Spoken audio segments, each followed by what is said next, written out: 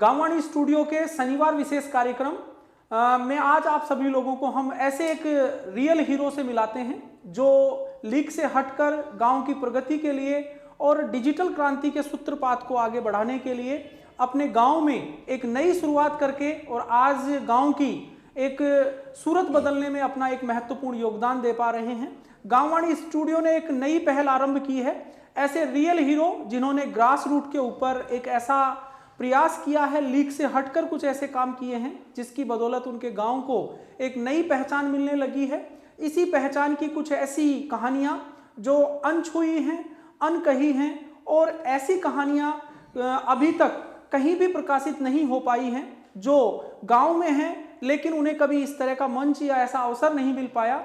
उन्हें हम इस गांववाणी स्टूडियो के माध्यम से, हम इस प्लेटफॉर्म के माध्यम से आगे लाने का एक प्रयास कर रहे हैं। इसे हमने नाम दिया है रियल हीरो। एक गांव के वो रियल हीरो जिनके प्रयासों से गांव को आगे बढ़ाने में, गांव के लोगों को एक डिजिटल पहुंच बनाकर सरल, सुगम और सरलता से उन तक सरकार की विभिन्न योजनाओं को पहुंचाने का जो काम किया जा रहा है। नमस्ते, मेरा नाम नवीन देवी है। मैं गांव बालावास की रहने वाली हूं। मैंने 12वीं तक की पढ़ाई की हुई है।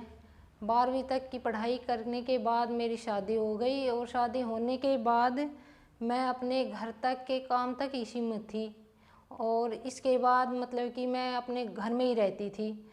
युवा जागृति वाले सर आए और उन्होंने हमें युवा जागृति संस्थान के बारे में बताया। उन्होंने कहा कि हमारे वहाँ पर सिलाई का कोर्स, कंप्यूटर का कोर्स किया जाता है। उसके बाद मैंने सिलाई का कोर्स किया यहाँ पर। सिलाई का कोर्स करने के बाद अब मैं यहाँ पर सिलाई सिखाने के लिए आती हूँ और सिलाई सिखाने के लिए मतलब कि मेरा ये वो भी था कि मन में कि भाई मैं किसी भी काम, कोई भी काम करूँ, अपने हुनर को दूसरे तक बताऊँ।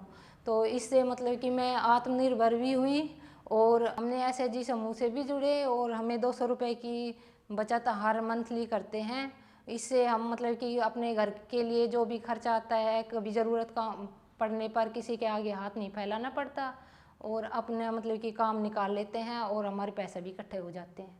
युवा जागृति संस्थान और नाबार्ड का धन्यवाद देना चाहती हूँ कि उन्होंने हमारे लिए फ्री कोर्स सिलाई का चलाया और हमने सीखा और इससे हम आत्मनिर्भर बने।